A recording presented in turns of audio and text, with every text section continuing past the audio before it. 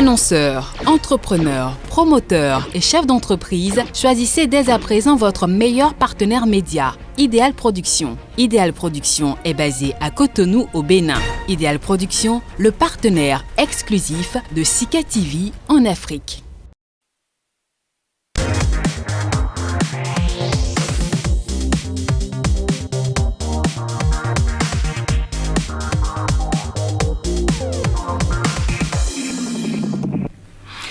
Elles sont récurrentes et nous perturbent tous. L'insomnie, les amnésies, les anxiétés, la dépression, les troubles psychiques, la folie et le surménage, entre autres. Ce sont des affections chroniques qui agacent la société, mais grâce à la nature, il y a la possibilité de les contrôler. Bienvenue dans votre émission Ici et ailleurs, qui sera consacrée à ces maladies et surtout les feuilles, racines et si possible des écorces qui sont aujourd'hui capables de les traiter, pour ne pas dire les prévenir.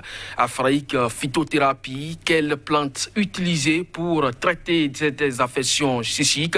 C'est le thème central de cette émission et pour en parler, je reçois pour vous deux personnalités auxquelles vous êtes déjà habitués sur ce plateau et d'ailleurs sur cette rubrique. Sabo Toussaint Fanou, on ne le présente plus, consultant en éducation, chef collectivité.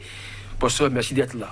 C'est moi qui vous remercie et bonjour à tous les téléspectateurs.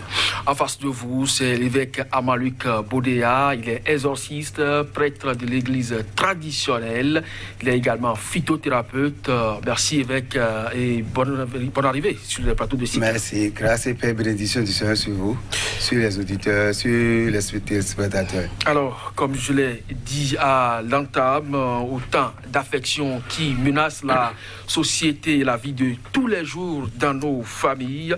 Les troubles psychiques, on ne le dira jamais assez. Vous êtes donc sur ce plateau avec autant de racines et écorces, Père Bodéa, également des feuilles qui accompagnent. Alors on va donc y aller. Quand je prends par exemple la question de l'insomnie qui ne manque pas donc de perturber autant de vie sur la terre, est-ce qu'il y a des remèdes que vous avez donc sur ce plateau qui participent à les traiter ou si possible à les prévenir? Merci monsieur le journaliste. D'ailleurs, c'est des mots très fréquents aujourd'hui. On constate les insomnies avec l'atmosphère, avec les stress qui existent, tout ça. Aujourd'hui, beaucoup de personnes en souffrent et ils sont dépendants des médicaments, dépendants de pas mal de produits. Il y a quand même des écorces qui quand même règlent ces problèmes-là et très définitivement. C'est ça, le figuier marin par exemple, ce que nous appelons ici, il ne faut pas mettre en poteau, quelle que soit la forme d'insomnie. Les gens font l'insomnie, 2 ans d'insomnie, c'est-à-dire ils font toute l'heure, ils n'arrivent pas à dormir. Vous voyez, toute l'heure, ils n'arrivent pas à dormir. L'insomnie chronique et sévère, vous voyez, même aiguës. Toutes ces formes d'insomnie, l'écorce là traite sérieusement. Donc, il suffit seulement de chercher l'écorce de la racine, le figuier des bas-fonds. C'est ça qu'on appelle, il ne faut pas mettre en goto, il ne faut pas mettre en goto. Ça règle systématiquement et tu retrouves le métabolisme correct et ton bon sommeil.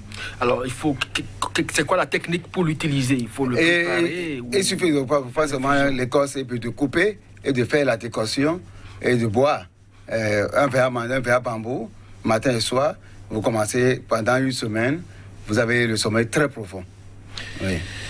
Alors, professeur Sabo Fanou, vous avez écouté le Père Bodéa, vous êtes chef collectivité ici, je l'ai dit, parce que vous avez été enseignant tout le temps. Bon, on n'est jamais enseignant à la retraite, malgré tout. Vous continuez donc par intervenir. C'est d'ailleurs qui fait de vous un consultant en éducation. Mais chef collectivité, vous avez à répondre davantage également à vos mandants, ceux qui vous ont, par la grâce des ancêtres, porté ce chapeau-là. Alors, lorsqu'on vous sollicite pour des questions d'insomnie auxquelles les médicaments ne trouvent pas solution, qu'est-ce que vous proposez? Merci, c'est une très bonne initiative, cette émission. Ça permet quand même de recadrer beaucoup de choses et de sauver beaucoup d'âmes. Parce que parfois, on ne comprend pas, on se dit « je ne dors pas ». mais c'est parfois nous-mêmes qui sommes à la base ou bien qui sommes la cause de notre insomnie. À quoi est-ce que je pense? Qu'est-ce que je mange? Quand est-ce que je mange? Il faut tenir compte de tout cela pour donner le temps à l'organisme de faire le travail qu'il doit faire dans la journée pour que le soir, il vous libère afin que vous puissiez dormir. Parce que si vous passez toute la soirée de 18h avec des amis, à boire peut-être de l'alcool, à prendre des mets pimentés, à prendre, je ne sais pas, ou bien à discuter avec des gens et que vous ne dormez pas, là, c'est un autre problème. Mais quand vous avez éliminé le problème d'alimentation, parce que quand vous prenez par exemple une tasse de Nescafé, dans l'après-midi, après 16h, une bonne tasse de Nescafé avec du sucre, vous avez très peu de chances de dormir avant l'aube. Tout simplement parce que vous avez pris des excitants. C'est vrai qu'il y a des gens chez qui l'organisme accepte. Moi, par exemple, je prends une cola, je la croque vers 10h ou midi, je suis sûr que je ne dormirai pas avant minuit. Et ça, par conséquent, j'évite ça. Si je dois en prendre, je prends très tôt avant 9h. Donc, il faut connaître son organisme, connaître ce qu'on ingurgite. Ceci dit, lorsque l'insomnie arrive à un stade chronique, comme le dit l'évêque, il faut chercher plutôt les plantes, parce que c'est Dieu qui a créé tout ça là, qui a mis tout cela à la disposition des humains, afin qu'ils ne soient pas déroutés, qu'ils n'aillent pas prendre des produits chimiques qui vont leur créer encore d'autres problèmes de santé. Il faut connaître ça. C'est pour cela que je dis, l'avenir de notre jeunesse, l'avenir des humains que nous sommes en Afrique, ça passe par les plantes, leur connaissance, ça passe par les racines, leur connaissance, pour en faire des infusions, des décoctions qui vous sauvent, qui règlent beaucoup de problèmes que même la science n'arrive pas à régler. Je prends par exemple les feuilles de chap-chap, ce que nous appelons chap-chap, le corosol. Le corosol, vous prenez une douzaine de feuilles de corosol, vous les lavez, vous les mettez dans un bol à couvercle. Vous versez dessus un demi-litre d'eau, parce que j'ai dit 12 feuilles. Si c'était 24 feuilles, peut-être qu'on irait à une quantité plus importante. Donc, vous prenez un demi-litre d'eau que vous faites bouillir en y insérant quelques feuilles de citronnelle. Ça, là, ça a deux vertus. Ça va aromatiser, mais ça calme aussi les nerfs. Ça adoucit vos nerfs. Donc, vous versez le demi-litre d'eau sur les 12 feuilles de corosol. Vous laissez infuser jusqu'à refroidissement. Il n'est pas dit que vous devez prendre forcément lorsque ça vous brûle la langue, ça vous brûle le palais, il faut prendre chaud. Non, ce n'est pas forcé. Tous les éléments dont vous avez besoin sont déjà dedans. Donc, ce n'est pas quand c'est chaud que c'est plus efficace. Maintenant, vous pouvez dire, bon, il fait frais, je vais prendre ça chaud pour transpirer. Là, c'est autre chose. Donc, vous laissez refroidir et vous prenez un verre bambou, au moins 30 minutes avant d'aller au lit. Parce qu'à un moment donné, si vous habituez l'organisme à cela, tant que l'organisme, c'est comme si vous avez un chien. Tous les soirs, vous lui donnez un morceau de viande. Si un jour, vous lui donnez du pain, il va peut-être manger, mais il va vous faire face pour dire qu'il attend son morceau de viande. Donc, il faut apprendre à l'organisme à démarrer lorsqu'on lui a donné le top. Le top, c'est cette infusion que vous lui donnez et ça le met en forme pour commencer à vous apporter le sommeil. Voilà un peu, ça ce n'est que... Il y a d'autres recettes, hein. Il y a par exemple le rlin-oué, qui est très bon pour le foie, le Philanthus amarus, le rlin-oué, plus les feuilles et les racines de l'éoué. L'éoué, on va peut-être chercher, et avec le temps, on va le dire aux téléspectateurs, sinon je n'ai plus le nom en tête. C'est d'ailleurs ce l'éoué-là qui rentre dans la composition de ce qu'il faut pour calmer des gens qui sont agités, des gens qui vont vers la... Je crois que cette racine est également avec le pain. On reviendra donc sur cette racine tout à l'heure. Donc c'est la feuille de corosol que vous conseillez aux gens avec citronnelle pour aromatiser, histoire donc de calmer la question liée à l'insomnie beaucoup plus. Alors, avec Boudéa, j'ai cité beaucoup de maladies. L'insomnie, est-ce que c'est à confondre avec l'amnésie? Non, l'insomnie, c'est un moment où peut-être la personne a un déséquilibre intérieur ou une pensée qui lui rentre l'esprit, qui n'arrive pas à trouver le sommeil. Mais les amnésies, c'est les oublis, comme on dit. Et la mémoire n'arrive pas à répondre à des moments donnés. Quelquefois, on connaît l'élément et on sait que ça, c'est telle chose, c'est telle. Et au moment où on veut se rappeler, se remémorer, et on n'arrive pas à trouver le mot juste ou la phrase juste pour le dire. Ouais. Donc, l'amnésie, il existe plusieurs formes. Il y a l'amnésie passagère où l'oubli est là un moment, où tu sais que tu oublies et c'est après que tu te rappelles. Mais à l'amnésie totale, où il y a une déficience totale, une déficience de grandes fonctions mentales, où tu oublies tout. Quel que soit, même tu oublies tout. Tu peux déposer telle chose à tel endroit et tu ne sais plus là où tu l'as déposé. Tu vas te rappeler d'un ami, mais tu le vois, tu sais que tu le connais, mais tu ne te rappelles plus de la situation. Et donc, ces amnésies-là existent et puis ça crée aussi vraiment de dégâts chez nous. Il y a pas mal de plantes pour pouvoir les traiter. Pour les amnésies, par exemple, tout ce qui est comme fonction ou trouble de la mémoire, il y a l'écorce d'anacardie, et les feuilles d'anacardie aussi, c'est ce que les gens appellent kajugoto, kajuma. Vous voyez. L'écorce d'anacardie, en prenant, il faut faire la décoction et boire. Si c'est les feuilles, même ça là, on arrive à piler et à réduire en poudre pour mélanger au miel. Pour pouvoir quand même se remémorer, avoir des souvenirs de ce dont on a besoin. Donc il y a l'écorce d'anacardie qui fait ça. Pour ces amnésies, ça dépend de quel degré. Pour tous les jeunes scolaires, on conseille même de chercher bien, et non seulement l'écorce, mais chercher les feuilles même de l'anacarde et de préparer pour le donner à boire à un moment. Il faut même les conseiller de prendre le jus ou le fruit de l'anacarde pour pouvoir avoir la mémoire plus fraîche, comme on dit. Donc, mais surtout pour les scolaires, pour les jeunes enfants, faites cette décoction-là, donnez-leur à boire, rapidement. Ça renforce la mémoire. Mais ceci aussi, on fait avec l'œuf, on fait un mélange de jaune d'œuf plus de miel. Ouais, pour les enfants, par quinzaine, pour pouvoir renforcer leur mémoire. Parce qu'un enfant n'a pas encore de soucis, il n'a pas assez de problèmes pour pouvoir avoir une amnésie totale. Ouais, si ça se passe, c'est la fois de chaque fois il se plaint, j'apprends, et au moment où on dit, prends la feuille, les interrogations, je n'arrive plus à me rappeler, et c'est peut-être après les interrogations que je me rappelle pour écrire. Là, il faut pouvoir renforcer la mémoire. Mais pour les adultes, parce qu'il y a des adultes qui totalement perdent toute connaissance de leur savoir et tout. Non, ils n'ont qu'à chercher ces écorces-là, l'écorce de l'anacarde, et préparer et commencer par boire. À raison de 3 verres par jour, vous allez constater qu'un traitement de 2 semaines, il remet le cerveau en branle. Le cortex même entre en jeu. Professeur Fanou, du moins, vous avez comme l'impression que tout ce qu'il a dit est juste. Oui, c'est réel, c'est très juste, et je conseille surtout qu'on en fasse la poudre, qu'on fasse piler, qu'on laisse sécher, que ça devienne une poudre, qu'on utilise avec le miel, parce qu'il y a beaucoup de préparations qui exigent la présence du miel. Ceci, la poudre de cette écorce-là, par exemple, de l'anacardier, avec le miel, ou bien les feuilles séchées du moringa. Mais là, attention, il y a 2 moringas. Il y a le moringa femelle, il y a le moringa mâle.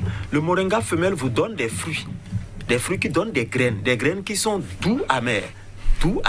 Alors, quand vous trouvez ce moringa-là, vous prenez les feuilles avec les fleurs jaunes de ce moringa. Vous prenez les feuilles, vous les séchez quelque part où il n'y a pas trop de soleil. Il faut éviter que le soleil tape trop dessus pour les sécher parce que ça extrait beaucoup de choses.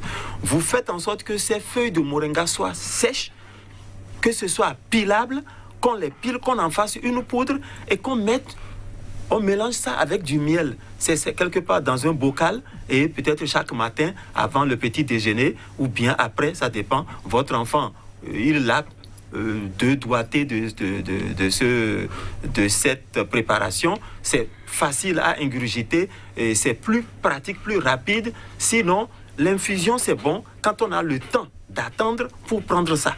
Mais la poudre, vous l'avez à disposition et tout cela permet de... Maintenant, il faut reconnaître aussi qu'il y a des gens qui, à un âge donné, ou bien après un événement dangereux, après un accident, perdent totalement la mémoire. Et là, ça devient un travail atroce.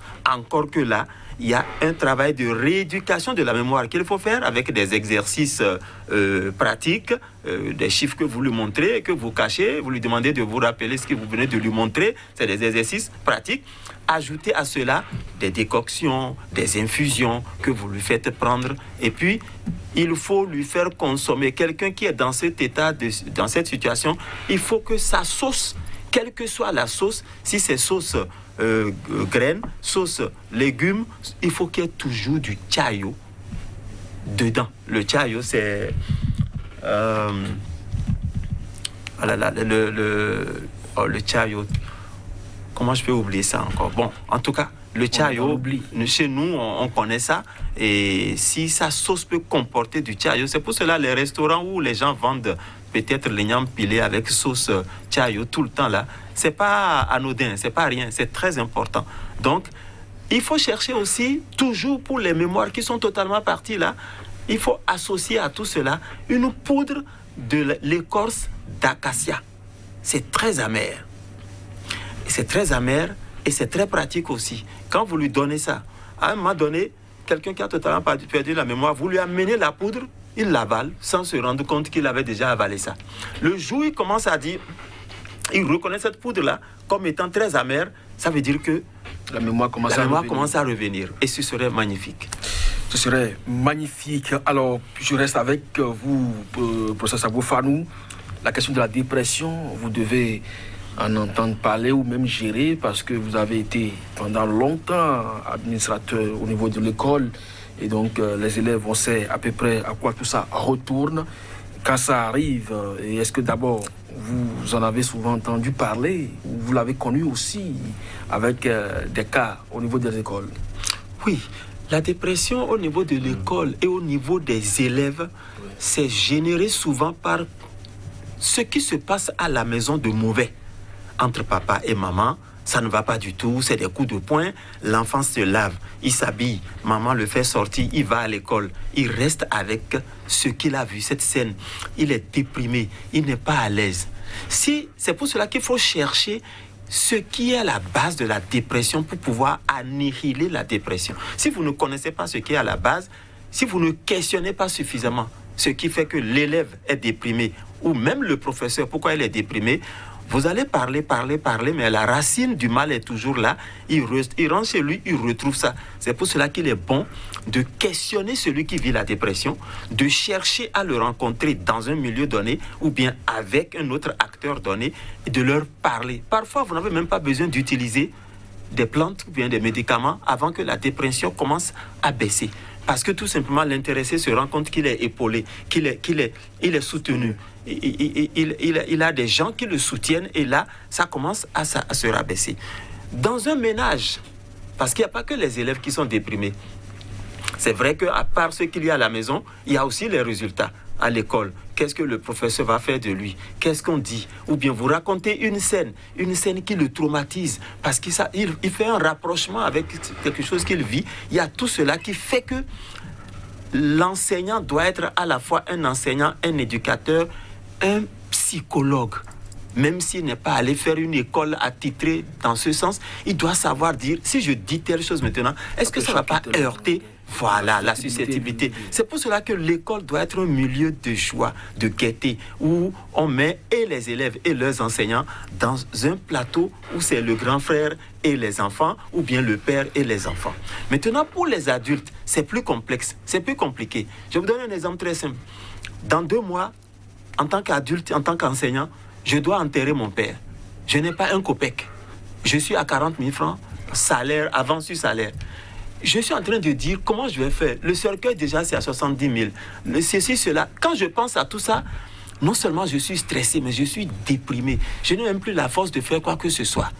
Mais si j'ai l'évêque qui est venu chez moi et que j'ai la possibilité de me confier à lui, de lui dire ce qui fait que je n'arrive même pas à dormir parce que je pense trop à ça, il me dit, oh mon frère, mais c'est facile. Moi je sais que le moment venu là, on va voir le directeur, on va voir tel, et tu vas réunir les sommes là. Ça fait déjà que j'ai un soulagement. Donc, il faut régler les problèmes de dépression, de stress là, par la suppression de ce qui a amené l'intéressé à la dépression avant de chercher maintenant, parce que même avec la citronnelle, même avec la citronnelle, les feuilles de citronnelle, les feuilles de chayo mélangées, vous faites une décoction, vous buvez ça sans trop de sucre le matin ou le soir, un verre bambou, ça vous permet quand même de relaxer votre organisme. Et donc voilà, la dépression, c'est à tous les niveaux, mais il faut connaître quand même la cause, sinon ce sera comme si on passait de l'eau sur le dos d'un canard. Hein. Ça ne donnera rien. Alors, évêque Boudeya, vous êtes exorciste, ce genre de problème, on vous les pose. Et la plupart du temps, comme en Afrique, on justifie tout. Eh bien, ça peut avoir des causes spirituelles. Alors, qu'est-ce que vous en dites bien sûr, pour la dépression, c'est les insécurités intérieures qui amènent la dépression. Et comme vient de dire le directeur, il faut corriger ces insécurités intérieures-là. Seulement que les gens sont dépressifs, ça dépend à quel degré. Parce que la dépression est associée à des crises et à des troubles, ça devient plus compliqué. Ouais. Et en matière de traitement, que ce soit spirituel, en prière, en exorcisme, en conjuration, traiter aussi, parce que la maladie a toujours 5 dimensions. La maladie est clinique, psychique. Clinique, psychique, spirituelle, morale et diabolique. Donc, si on constate que c'est une dépression qui est psychique, on doit pouvoir l'aider avec les plantes pour pouvoir remonter ça. Ouais. Et ça dépend à quel degré. Parce que pour les plantes qui sont là, tout ce que j'amène comme école qui sont là, il y a les plantes qui sont anxiolytiques, il y a les plantes qui sont neuroleptiques. Donc, les neuroleptiques, c'est au moment où la personne finit une dépression avec crise de colère. Ouais. Et avec des insécurités totales, et la sensation de panique, et il ne se sent plus en sécurité dans son environnement et autour de lui. Mais pour les traitements anxiolytiques, la personne, lui, s'isole de tout le monde, il ne peut pas voir le monde, et il est plus calme que d'habitude. Donc, il y a ces plans qu'il faut associer pour pouvoir faire. Ouais, chez nous, il y a ce qu'on appelle vraiment pour traiter les insécurités intérieures. Le nom, c'est ça, pour vous dire qu'en prenant, on est plus calme.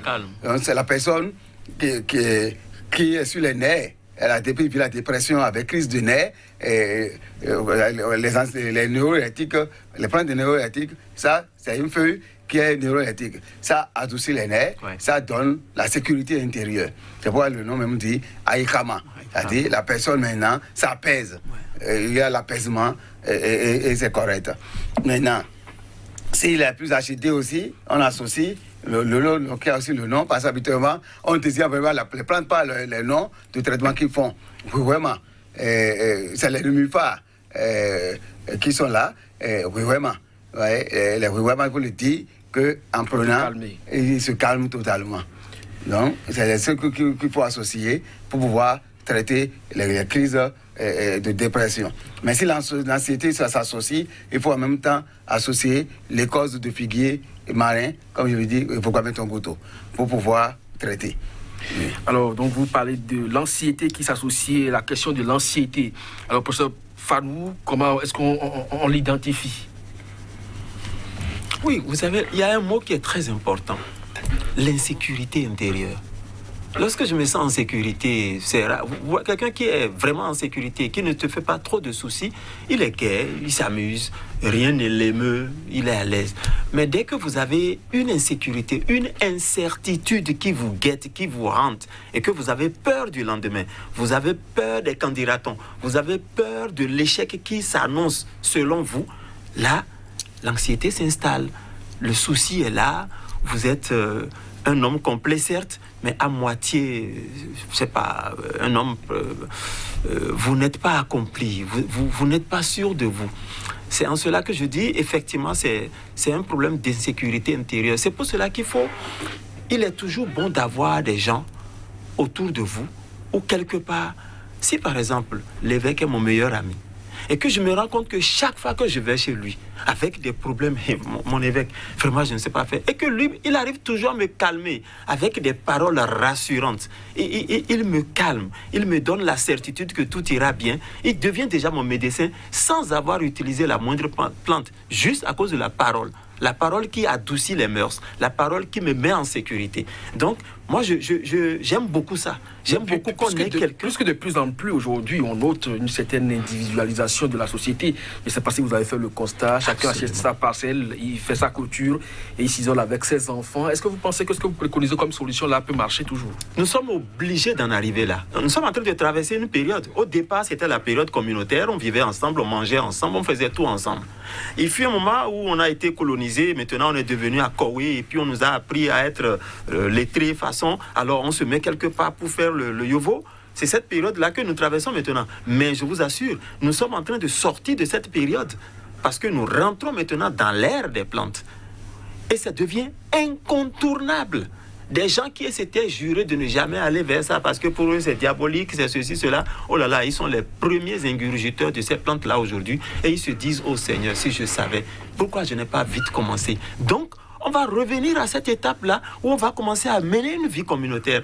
Des gens achètent des carrés quelque part, ils ne se connaissent pas, ils se retrouvent et ils commencent à développer une vie de famille. Ils mangent ensemble, ils boivent ensemble. On ne pourra pas continuer de vivre l'individualisme à l'européenne parce que même en Europe aujourd'hui, la vie communautaire a commencé à prendre le dessus. Puis on a constaté que l'homme qui est seul dans son coin est assailli, accablé par tout ce qui est négatif. Le monde est tel qu'aujourd'hui, ce n'est pas la joie qui vous assaillit. Ou bien il y a quelque chose, on dit olé olé quelque part, c'est des voleurs. Ou bien il y a le feu derrière, il y a ceci. Mais jamais la joie où on vient pour dire on est en train de taper, comment ça va? On est venu t'offrir quelque chose, c'est très rare. Donc je crois. Et puis, il faut que l'homme, les êtres que nous sommes, je parle avec l'autorisation de l'évêque, il faut que nous commencions à questionner le Dieu qui est en nous. Puisque Dieu nous a créés à son image, nous sommes donc des parcelles de pouvoir. Il ne faut pas se laisser aller à la, je ne sais pas, à la désolation. Il faut se dire, en moi, il y a quand même de quoi lutter. Tout à l'heure, on a parlé du caractère diabolique, de cette anxiété qu'on a. Parfois, c'est diabolique parce que c'est des gens qui œuvrent pour que vous en soyez là. Nous sommes en Afrique. Mais parfois, vous pouvez résoudre ce problème-là sans aller nulle part, en déroutant tout cela par des pensées hyper positives qui font de vous un roi qu'on ne peut pas détrôner. Un roi qu'on ne peut pas détrôner. Évêque Bodéa, voilà, sous l'emprise d'autant donc de problèmes, de maléficiés, peut-on dire. Eh bien, on se retrouve, au-delà de l'anxiété, de la dépression, pratiquement à se retrouver dans les troubles psychiques. Oui. Comment peut-on les regrouper? On peut les énumérer à peu près à combien? Vraiment, il y a plusieurs troubles. C'est le mécanisme qu'il faut savoir. C'est le mécanisme. Le mécanisme, c'est quoi? Ça fait partie des grandes fonctions mentales. Avant de déclarer qu'il y a trouble psychique, il faut voir si le cortex de la personne est fonctionnel ou pas. Sinon, s'il y a une information, c'est ça qu'on appelle les stimuli, en même temps, c'est le thalamus qui est en jeu. Tout vient au niveau du thalamus. C'est ça qu'on appelle habituellement l'inconscient en réalité. Tout vient à son niveau et c'est l'élément qui doit pouvoir filtrer, c'est le cortex. Et il y a le centre, ce que nous appelons amygdale, le centre des émotions, des sentiments. Donc, il y a le circuit court, l'information arrive, ça arrive au niveau du thalamus qui est l'inconscient en réalité, et en même temps, le sentiment suit en même temps. Si le sentiment suit comme ça, on dit que le cortex n'est pas en jeu. C'est-à-dire que la matière grise de la personne n'est pas en jeu. À partir de cet instant, on commence par parler des crises et des troubles, des troubles. La folie, il y a de ces noms, on dit, ah ça là c'est la folie, parce que là maintenant, la personne n'a plus l'autocontrôle de lui-même, tout est chamboulé, tout est mélangé dans sa tête, le cortex n'est plus en jeu pour lui dire, ça c'est bon ou ça c'est pas bon, et donc il se trouve mélangé. Ouais. Il y a aussi les surménages, la personne là, elle commence pas à parler seule, il dit beaucoup de choses et il se trouve surmené. Donc, de cette crise-là, tout ce qui c'est pas fait partie des troubles psychiques. Mais on va identifier si ce que la personne vit là maintenant, est-ce que c'est qu'il continue d'être lui-même, est-ce que son contexte est encore en jeu ou pas. Est-ce que le cortex vient par moment et se retrouve et après il est dépassé par les événements, il dit autre chose. Donc tout ça là réuni en folie ou en surménage, on cherche à pouvoir traiter correctement. Parce que ce n'est pas seulement la psychiatrie de blanc qui traite ces affections-là. En Afrique, il y a la psychiatrie africaine et endogène, avec les plantes, qu'on arrive à traiter la folie, les surménages et les troubles psychiques. Il y a des troubles psychiques qu'on trouve, hein, comme les crises, comme les gens habituellement les crises, ça peut être les crises épileptiques ou non, mais il y a de ces crises-là aussi, qui sont les crises du nerf, qu'il faut aussi traiter. Ouais. Il faut aussi traiter, alors, puisque vous parlez donc de la psychiatrie de l'Africain, qui peut traiter donc ces genres d'affections. Quand je prends par exemple la question du surménage ou du folie, de la folie d'abord, quelles sont les plantes que vous proposez? Oui, déjà, de par la culture africaine et de par son alimentation, on a constaté que beaucoup de personnes qui quittent le Nord, on ne les constate pas avoir la folie, comme ça se manifeste au Sud. Et là, on a commencé à se poser des questions, pourquoi il y a cela? Et on a fait la découverte du cola. Vous voyez, déjà, dans n'importe quelle offrande au Nord, on te présente les colas et tu manges. Et en mangeant ces colas-là, on constate systématiquement que, à force d'avoir une dose de cola dans l'organisme, dans le sang, on constate que les gens sont plus apaisés, alors que la cola excite les nerfs. Oui. Ouais. Mais on constate que ça excite aussi les grandes fonctions mentales. Ouais. Donc, si la personne se trouve très surmenée et on ne comprend pas ce qui se passe à son niveau, on cherche les colas et on les sèche. C'est à manger en quantité. Et si le cola n'est plus frais pour manger, les gens laissent ça. Donc, il faut prendre ces colas-là, sécher, écraser en poudre et mettre la poudre dans la bouillie ou dans l'eau tiède pour la personne qui est surmenée. Ouais. En commençant par faire ce traitement, vous allez constater qu'il va mieux se retrouver.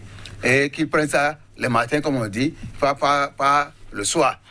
Ouais. Comme déjà, on sait que ça excite les nerfs. En prenant le matin, ça excite les nerfs. Après, la personne se trouve calme.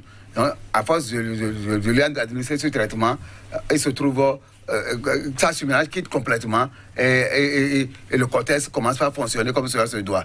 Ouais. Il y a la folie. La folie, c'est au moment où tout est mélangé, et le cortex n'est plus en jeu, et la personne il y a ses propres raisonnements.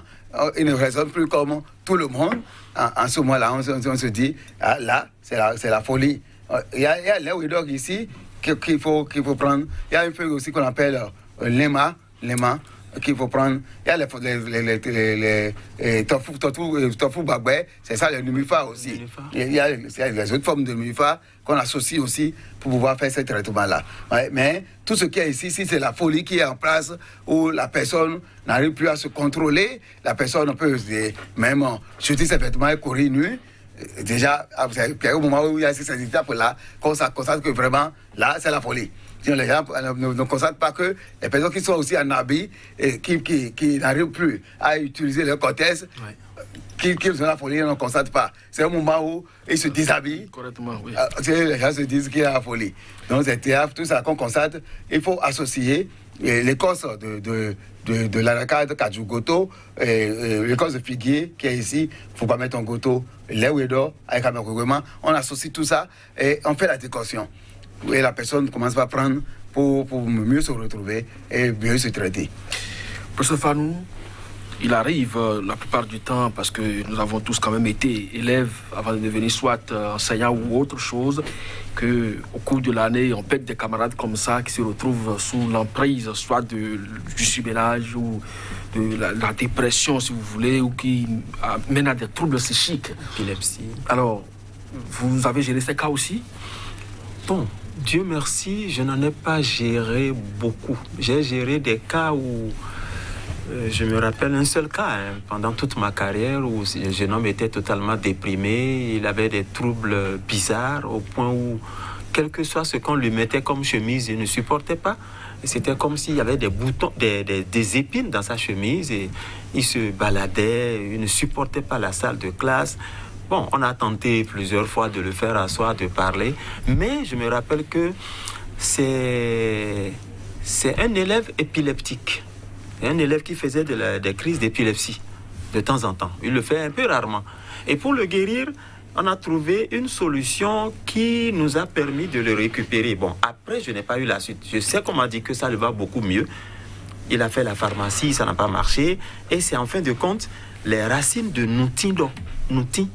Bon, je ne sais pas comment on dit ça scientifiquement, je peux chercher. Mais c'est Nutindo. Et c'est Nutindo. À ce Nutindo, on ajoute de l'urine de bœuf. Jamais l'urine de vache. L'urine de bœuf. Donc, Nutindo. On cherche quelques lots, on met dans un bocal, surtout le bocal genre mayonnaise, là, qui a un grand couvercle. Oui. On met les racines dedans et on y ajoute au moins 2 verres d'urine de bœuf. C'est ça, cet aspect-là qui est important. Ce n'est pas urine de vache, parce que là, ça va créer d'autres ennuis. Urine de bœuf, on laisse mijoter pendant 72 heures. Pendant 72 heures, on ferme le tout, on laisse mijoter. Et il prenait un verre talopémie, le petit verre... verre mandé. Voilà. Il prenait un verre par jour pendant 7 jours. Et je crois qu'à un moment donné, au départ, il a cassé plusieurs verres. Il ne supportait pas de sentir cette odeur-là, de voir ce qu'on lui donne, alors qu'il ne savait pas que c'était l'urine de bœuf. Mais il ne supportait pas. À un moment donné, grâce au lewi, la racine de lewi qu'on lui donnait en infusion, et je crois qu'il a pu se calmer, retrouver le sommeil, et il prenait justement cette infusion-là qui lui permettait de se retrouver. Voilà, c'est le seul cas que j'ai connu. Mais ce que je retiens dans cette affaire, pour avoir connu un monsieur dans un quartier de Cotonou, c'est que les plantes-là, les racines, ça soigne, ça guérit. Pendant que les médicaments soignent, les racines et les plantes guérissent. Parce qu'il y a des gens qui sont sous des traitements médicaux modernes. Ça se calme. On dit, bon, maintenant on peut arrêter le traitement, sinon ça va faire trop dans son organisme, parce qu'il y a une quantité de produits chimiques. On arrête, 2 jours, 3 jours après, récidive. Par contre, les racines, les plantes, les feuilles, les décoctions, les infusions, quand ça prend le dessus, c'est que l'intéressé, il est guéri. Franchement, pour le peu que je connais, les plantes sont formidables.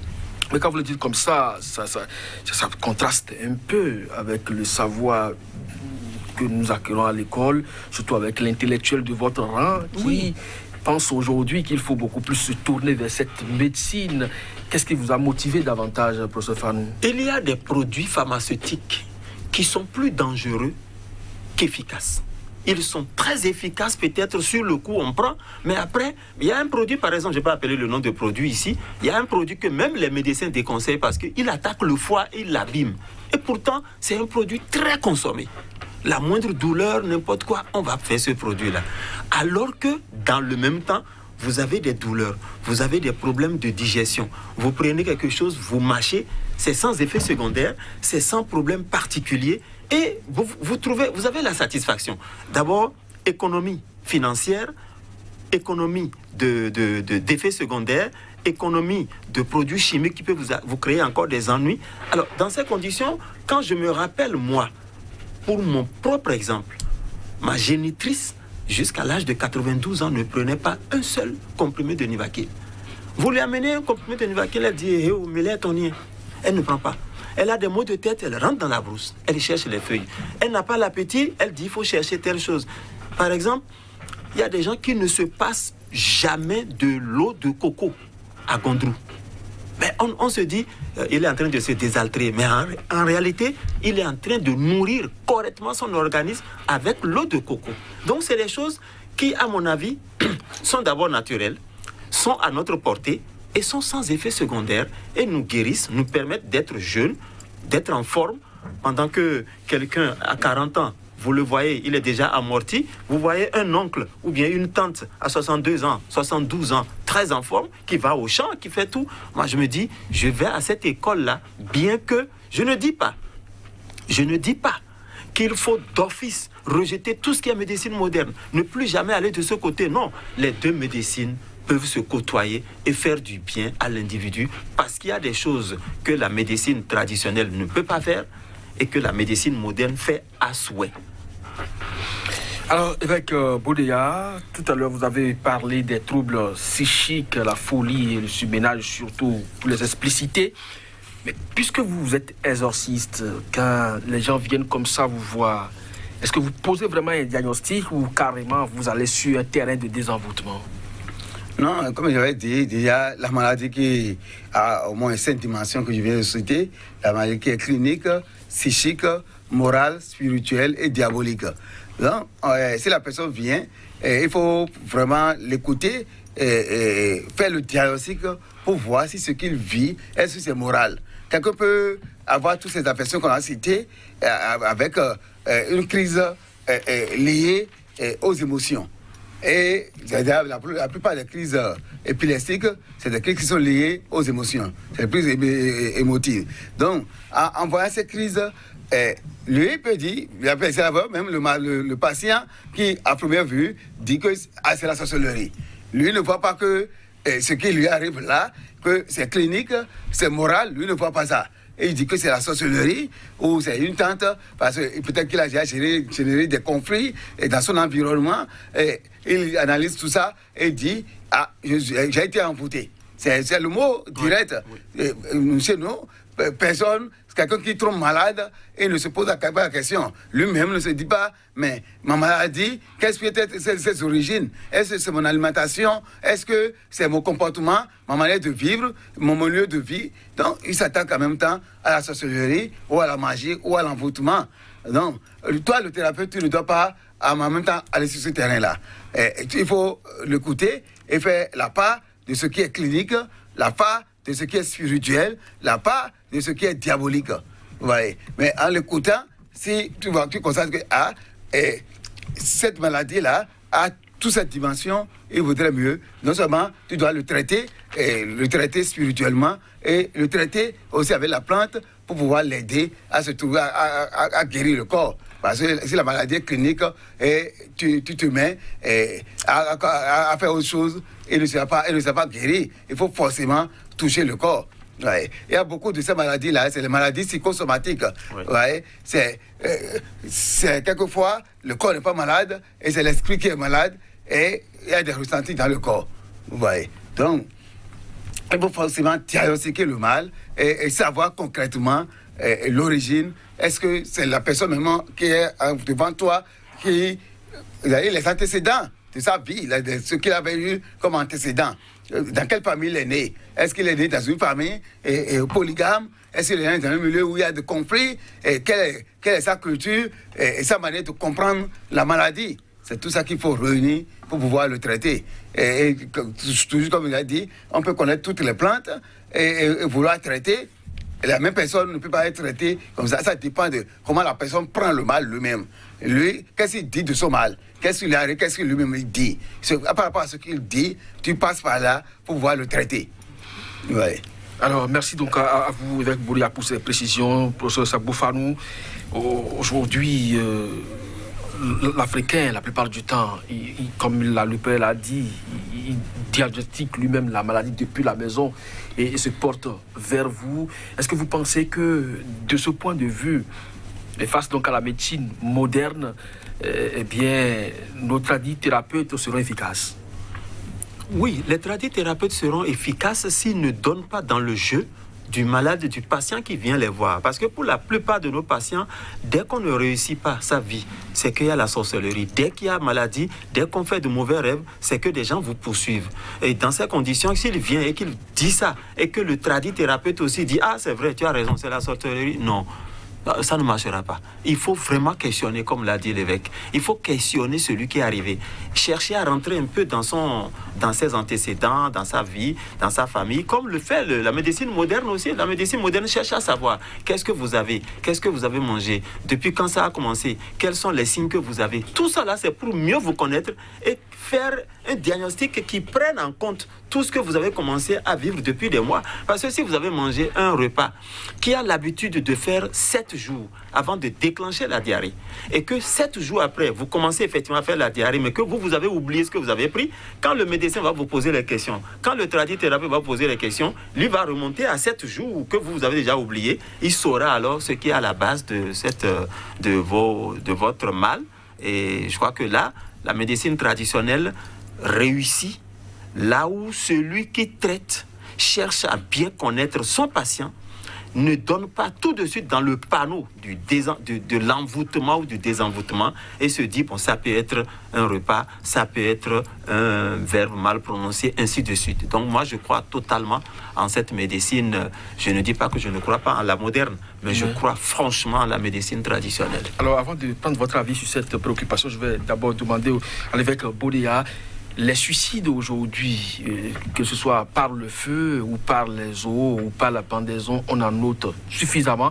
Est-ce que vous avez l'impression que les troubles psychiques sont en train de prendre de l'ampleur dans le monde? Ah oui, bien sûr, parce qu'aujourd'hui, la maladie qui prévaut, c'est la maladie morale.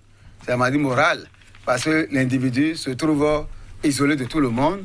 Il y a l'individualisme qu'on note. La famille se trouve vraiment fracassée. C'est le plus...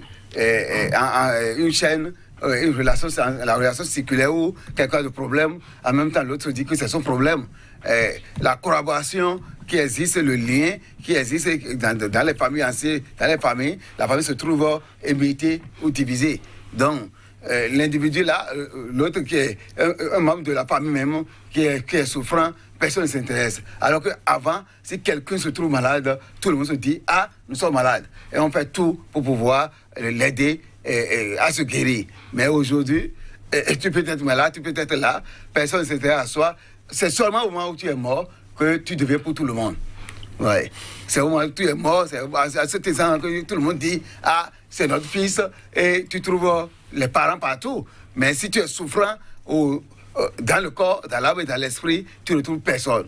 Même si tu ne manges pas, tu ne retrouves personne. Ouais. Donc, la famille qui est trouvée totalement divisée, et là, en même temps, le capital émotif des individus se trouve très diminué. Les gens ne sont plus à l'aise, même dans leur propre famille, ni dans la société. Et avec déjà la crise économique et tout le reste, tout s'amplifie. C'est ça qui fait les suicides. Hein. Professeur Savo-Fanou, vous faites aussi le même constat? Absolument. Il n'y a pas ce jour où on ne parle de mort par pendaison, ou par noyade, ou par le feu. Qu'est-ce qui se passe concrètement? Crise morale, vraiment? Il y a la dislocation de la famille. L'incertitude du lendemain, le monde qui est peint en noir, le futur qui n'est pas visible, avec la faiblesse de caractère de beaucoup de nos concitoyens, tout cela mis ensemble fait qu'on se dit après tout, un jour je partirai, pourquoi ne pas partir maintenant? Or, autrefois, la solidarité familiale, l'union fait que lorsqu'un problème arrive à un individu, c'est à toute la société, à toute la communauté que cela arrive. Lorsque quelque chose arrive à la communauté, chacun des membres de la communauté se sent concerné. De sorte que le poids de 100 kilos est porté peut-être par 50 personnes à raison peut-être de 2 kilos par individu. Aujourd'hui, c'est tout à fait le contraire. Quand il y a 100 kilos, ça pèse sur chacun. Et vous ne pouvez pas supporter. Alors, il y a un effet de mode. Si les gens là peuvent faire ça, et on en parle comme ça, bon, ça veut dire que c'est faisable. Pourquoi pas moi aussi? Et des gens ont le plaisir. Et que je dis encore que ça, c'est même un crime. Parce que quand je tue quelqu'un, on m'amène au tribunal, on dit homicide volontaire. Ou involontaire, ce que vous voulez. Mais dans le cas où je me tue, c'est un homicide aussi. J'ai tué quelqu'un. Même si c'est moi qui ai tué le professeur qui est en moi, l'homme qui est en moi, j'ai tué une créature divine, j'ai commis un acte grave. Donc, il y a cette facilité, cet effet de mode. Cet effet de mode qui va partout, dans tous les sens, dans la nudité, dans la façon de dévoiler comment on fait l'amour, comment on peut se tuer, comment... Non, les réseaux sociaux ont empoisonné tout, de sorte qu'aujourd'hui, la mort, qui est quelque chose de sacré, même si on ne doit pas la fuir, la mort a été banalisée. Et on a l'impression que des gens se retrouvent comme des héros pour avoir mis fin à leur vie. Et ils pensent qu'en mettant fin à leur vie, ils mettent fin aux problèmes auxquels ils font face, oubliant qu'ils ont une famille ils ont des enfants, ils ont des frères qui vont continuer de porter cette charge-là. Parce que la vie est une continuité. Il n'y a pas à dire maintenant que moi j'ai chaud, j'ai besoin de 10 000 et je ne sais pas si je peux avoir ça avant demain. Lui là, on a fait les bancs ensemble. Regardez, il a construit étage, il a même des voitures, il a 2 femmes. Moi jusqu'à présent, je n'ai pas encore... Ma femme n'est pas encore avec moi. Je n'ai même pas de voiture. Mais pourquoi vous allez penser? Ces pensées négatives font de vous quelqu'un qui se reproche tout et qui estime qu'il n'a plus de raison de vivre ici. Alors que c'est faux. Il y a des gens qui vivent cette situation. Des gens qui ont des voitures, qui ont tout et qui se sont retrouvés dans une situation pire que celle de celui qui estime qu'il n'a rien. Donc la vie n'est pas faite pour l'abandonner comme ça de façon lâche. Vous l'appelez lâcheté. Alors, ce qui est lâche aussi, c'est la déforestation. Vous avez amené des racines ici. La plupart de ces plantes, peut-être que dans les semaines, mois ou années à venir, n'existeront plus. Est-ce que vous ne craignez pas pour cette médecine africaine aujourd'hui, vers laquelle le professeur Sabo Fanou pense que tout le monde doit se tourner? Merci, monsieur le journaliste. Aujourd'hui, d'ailleurs, il y a l'éducation relative à l'environnement. Et tout le monde sait que ça, qu'il soit phytothérapeute ou un thérapeute ne peut pas quel bord, savent qu'il faut protéger son environnement, protéger les espèces, parce que les espèces sont là pour pouvoir nous traiter. Donc, déjà, chacun doit pouvoir aller à cela, avoir les vertus, avoir un jardin. Seulement que notre environnement de Cotonou ne permet pas en tant que tel.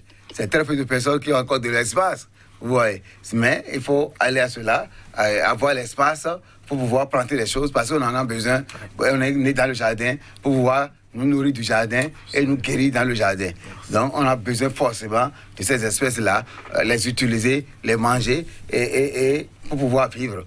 Ouais. Donc aller détruire sans remettre, on est en train de faire disparaître aussi les espèces. Et au même moment, la substance active dans les espèces-là, on est en train de faire disparaître aussi.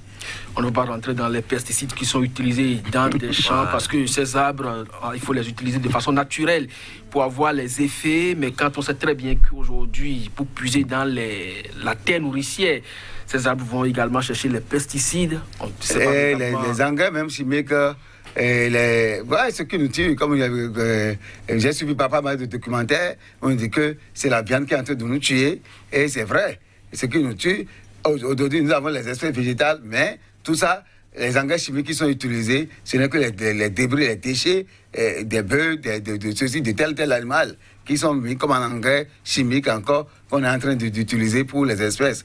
Donc, tout ça nous crée des ennuis, il faut savoir. Professeur Sabo Fanou, vous craignez aussi pour l'environnement? Oui. L'avenir de cette médecine que vous voyez très très radieuse? Oui, moi j'ai fait une petite expérience. J'ai eu la chance de conserver un espace. Sur 2 que j'avais, j'ai utilisé un et j'ai conservé un espace. Mais vous ne pouvez pas savoir ce que la terre nous donne. La terre est merveilleuse. La terre ne ment pas comme on a dit, c'est vrai. En l'espace de 5 ans, ce que j'ai dans cet espace que j'ai réservé, ce jardin que j'appelle le jardin de vie, ce que j'ai là-bas, et qui me permet de sortir de chez moi et d'aller là comme quelqu'un qui va à l'hôpital et qui règle ses problèmes, même avant de rentrer dans ma chambre. Je dis, si on peut avoir ce réflexe, si l'État aussi peut protéger, parce que quand on parle de l'environnement, c'est devenu un slogan à la mode. Et puis, juin, on plante des arbres. Mais ce n'est pas l'essentiel. Ce n'est pas les arbres qu'on plante là qui donnent tout ce qu'il faut pour la médecine traditionnelle. C'est les forêts que nous avons. C'est les brousses qu'on devait protéger. Au lieu d'amener, je ne sais pas, des projets qui on dénature tout et puis après, plus rien ne passe. C'est un building qu'on met en place là.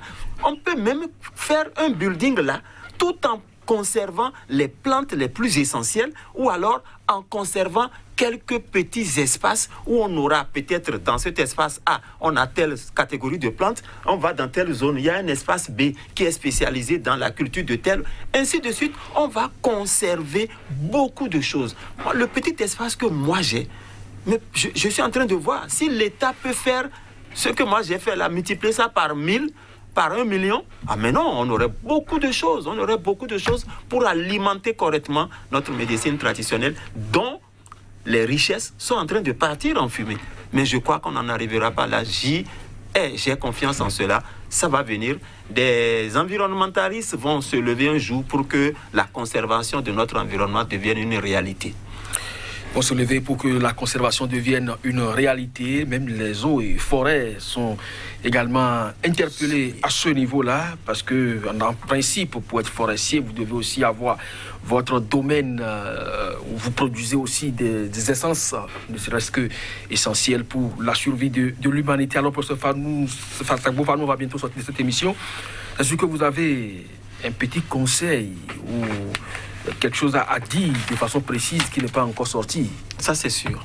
Je voudrais dire que les Africains que nous sommes en général, les Béninois que nous sommes en particulier, notre salut passera par ce que nous produirons chez nous, ce que nous utilisons chez nous, parce que nous avons tout, mais nous avons tourné le dos à toutes les richesses médicales, médicinales que nous avons, parce qu'on nous a orientés vers un autre objectif où il y a un commerce qui ne dit pas son nom depuis des siècles. Je crois qu'il faut que les Africains commencent à faire confiance déjà en leur nourriture,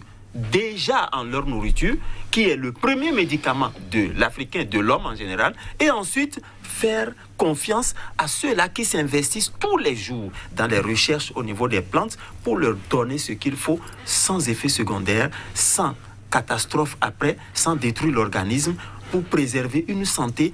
Et c'est à ce prix que nous allons faire beaucoup d'économies. Ce que nous investissons ailleurs, nous allons garder cela pour faire d'autres investissements et moins nous intoxiquer. Je convie vraiment les pouvoirs publics à réfléchir, à aller dans ce domaine, même s'ils sont sous la pression des multinationales, qu'ils se disent après tout, notre pays, notre Afrique a besoin de nous et qu'ils réservent au moins un minimum d'attention à nos plantes, à nos terres, à nos pratiques, parce que nous avons des hommes qui sont... C'est des monuments.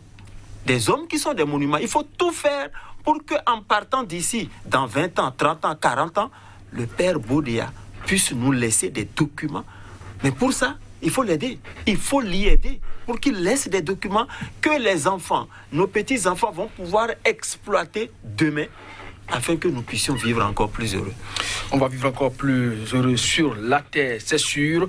Ça ne passe pas des conditions avec Boudéa. Sur ce que vous avez amené aujourd'hui comme Écosse, puisque dans les tout prochains jours, on va revenir encore, puisque désormais on est encore revenu au niveau des plantes, on va encore revenir donc forcément sur ces sujets-là. Qu'est-ce qu'il y a encore d'essentiel à garder sur ces différentes Écosses avant que je vous pose la question pour conclure? Déjà, il faut savoir, parce que si on est en train de dire, c'est pour permettre à tout le monde, comme je dis, il faut être son propre guérisseur. L'Africain doit être plus conscient aujourd'hui et l'Afrique doit se réveiller. Savoir qu'aujourd'hui, nous devons être notre propre guérisseur.